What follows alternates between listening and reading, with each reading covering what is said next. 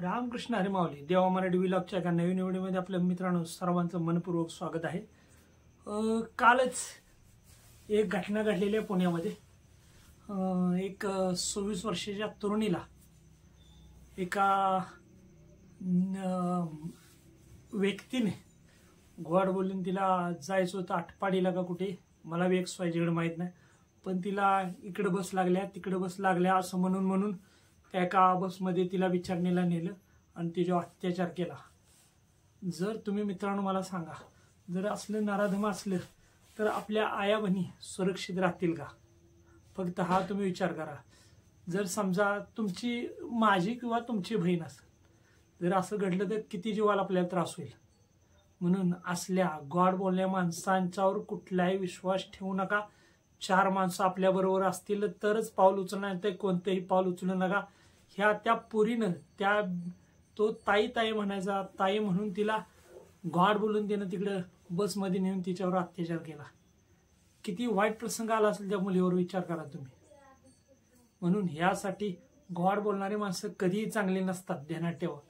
कुणी माणूस असो, एक्स वाय झेड, तुम्ही किंवा मी, जर आपण प्रेमानं समजून जर त्या माणसाला समजत नसेल त्या माणसाला काही उपयोग नसतो। मी तर सोशल मीडिया चालवतो, त्यामुळे मला माहिती आहे किती लोक गॉड बोलतात आणि किती काय बोलतं। कामापुरती लोक गॉड बोलतात, काम झालं की आपले वाटायला लागते, ते विचारच करत नाही ते दुसऱ्याचा।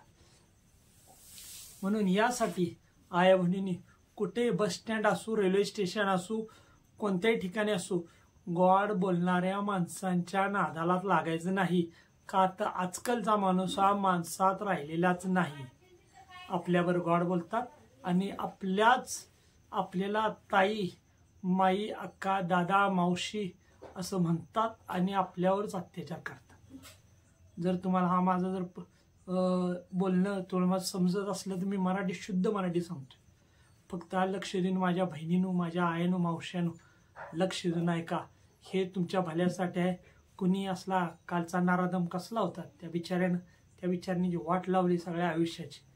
26 वर्षाची तरणी बाणपुरी त्यानंच केला त्या भाड्यानं। त्याला एक बायको आणि मुलं 2 आहेत ती, आणि मंडळी एक आहे त्याची। त्याचा त्याने न विचार करता त्या बिचाऱ्यानं नुसत्या त्या हौसपायी त्या पुरीचं वाट लावली। काय करायचं तिच्या आई वडिलांनी, काय करायचं सांगा बरं। किती मोठा प्रसंग घडला तिच्या बाबतीत। ही वाईट परिस्थिती आपल्याला येऊ नये यासाठी आपण नेहमी सावध राहावा आणि सतर्क बाळगा नेहमी। कोणाशी जर असा अनोळखी माणूस असला, जर तो गॉड बोलत असला, त्याच्या नादाला त्या बामट्याच्या लागायचं नाही। तो बामटा नेहमी आपल्यावर अत्याचार करणार किंवा असतो। जरी असं जर घडणार, आता समजा सकाळी 5:30 वाजता त्या माणसानं त्या विचारणीला बस स्टँडवरून बोलवून नेऊन ही बस इथं लागली असं सांगून, ती बिचारमध्ये लोक झोपली ते असं सांगून त्या बिचारणीला तिथवर गॉड बोलून नेलं तिनं। आणि त्या बसमध्ये म्हणला माझ्यावर विश्वास नसा तुम्ही बसमध्ये आतमध्ये जाऊन बघा, म्हणून ती बिचाऱ्याने दरवाजा उघडून आतमध्ये गेल्याच नाराधम आत शिरून त्या कावळ्यापुरीवर त्यानं अत्याचार केला। मग विचार करा कसली जगदुनिया आहे। आणि याच्या अगोदर त्यांनी बरेचसे लूटमारे केले, त्या बऱ्याचशा गाड्या लुटल्या। त्याची स्वतःची गाडी होती, कर्ज काढून गाडी घेतली होती। त्या गाडीमध्ये बायका वगैरे भेटल्या की जर सोनं नाणं कोणाच्या गळ्यात असलं तर आड हॉटेल घेऊन जायचं, माझा डबा आणायचा म्हणायचं, तिकडे न्यायचं, त्या बायचं सोनं नाणं सुरड लावून नरडीला लुटून घ्यायचं। वृद्ध महिला असली, वृद्ध महिलेचे सोनं लुटलंय, म्हणजे असं बरेच काहीतरी त्यानं बरेचसेच कार्यक्रम केले, लूटमारीचे बरेचसेच कार्यक्रम केले। ते पुणे पोलिसांनी स्वारगेट पोलिसांनी सगळं उघडकीस आणले त्याचं भिंग। अजून बरेचसेच गुन्हे त्याचे उघडकीस यायचे। गॉड बोलून माणसांना बळी पाडणार तेवढाच माणूस आहे जबरदस्त। काय नाव त्याचं, दत्तात्रय गाडे नाव आहे त्या व्यक्तीचं नाव दत्तात्रय गाडे। त्या माणसानं असा गुन्हा केलाय। सांगा काय त्या पोरीनं करावं, काय त्यांच्या घरच्या माणसानं करावं, काय अवस्था असेल, नातेवाईकात काय नाव ठेवत असतील माणसं त्या मुलीला। मुलीच्या जातीचा विचार करा। हा तुम्ही आम्ही सुटून जाऊ, पण मुलीनं काय केलं, काय तिचा काय दोष आहे त्याच्यात? का तर ती दादा भाव म्हणतोय म्हणून, म्हणजे ताई म्हणतोय, ताई ह्या शब्दाचं त्या महामूर्खाला अर्थच कळणार नाही। ताई कुणाला म्हटलं जातं? ताई म्हणजे आईसारखी, ताई, ई म्हणजे आईतला ई येतो, याचा त्याला अभ्यास ना डोक्याला, म्हणजे शॉर्ट मेमरी असणारा माणूस असणार आहे तो. ताई, आई पण येतं, ताई ध्यानात ठेवा. उच्चार करताना नेहमी ताई, त अगोदर येतं परत आई येत. हे फक्त त्याच्याकडे कधी बुद्धीचं सुचलंच नाही त्याला. हे कसं ज्ञानच नाही हो. अर्ध्या बुद्धीचा माणूस असणारा हे असलेच कर्म करतं अर्ध्या बुद्धीची माणसं. त्यासनी हे असलं काही सुचत नाही.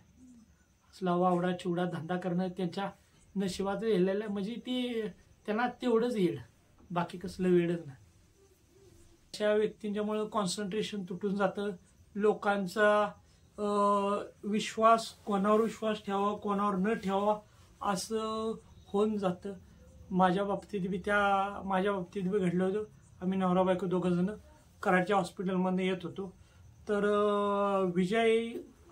विजापूर गुहागर एस टी लागली होती. विजापूर गुहागर एस टी 3:15 वाजता एस टी बरोबर कराड बस स्टँडला लागलेली. तर कराड बस स्टँडला लागल्यानंतर मग लोक जायची विचारायची. तर तो डायरेक्ट काय म्हणायचा, आत इथनं बस सुटली, कंडक्टर म्हणायचा इथनं बस सुटली की डायरेक्ट कोयनेला थांबणार, बाकी इतर कुठं थांबणार नाही. तर म्हटलं मी आपलं गेलो, विचारलं मास्तर असं का? तर मला नाही डायरेक्ट कोयनेपर्यंत पॅसेंजर कोणीच असलं तर बसा, नाही तर बसू नका गाडी. अहो मास्तर म्हटलं राव मला नवा रस्ता उतरायचा आहे. नवा रस्ता पाटण, मल्हारपेठ, तांबवा फाटा या कोणताही पॅसेंजर आम्ही गाड्यात घेणाऱ्या पाट्यापर्यंत. डायरेक्ट कोयना असेल तर बोला. मग त्यांना म्हटलं नाही, मग मला कोयनेला आम्हाला जायचं नाही, आम्हाला नवा रस्ता उतरायचं, आम्ही कशाला तुमच्या गाडीत बसू कोयनेच्या. ती डायरेक्ट चिपळूणची गाडी होती गुहागर. मला नवा रस्त्यावर उतरायचं, जायचं आहे नवा रस्त्यावर, मग आम्ही कशाला तुमच्या गाडीत बसू गुहागरच्या. तर तेवढ्यात अनायशी एस टी लागली. एस टी लागल्यानंतर पाटण करायला लागल्यानंतर आम्ही पाटणच्या गाडीत चढलो आणि आमचा सुखच प्रवास झाला पाटणच्या गाडीतनं घरापर्यंत. पाटणच्या गाडीत बसून डायरेक्ट आम्ही नवा रस्ता उतरलो. मग असंच गोड बोलणारे माणसं कुणाचा कुठं गळा दाबून जीव घेतील कोण कुणाला सांगू शकत नाही.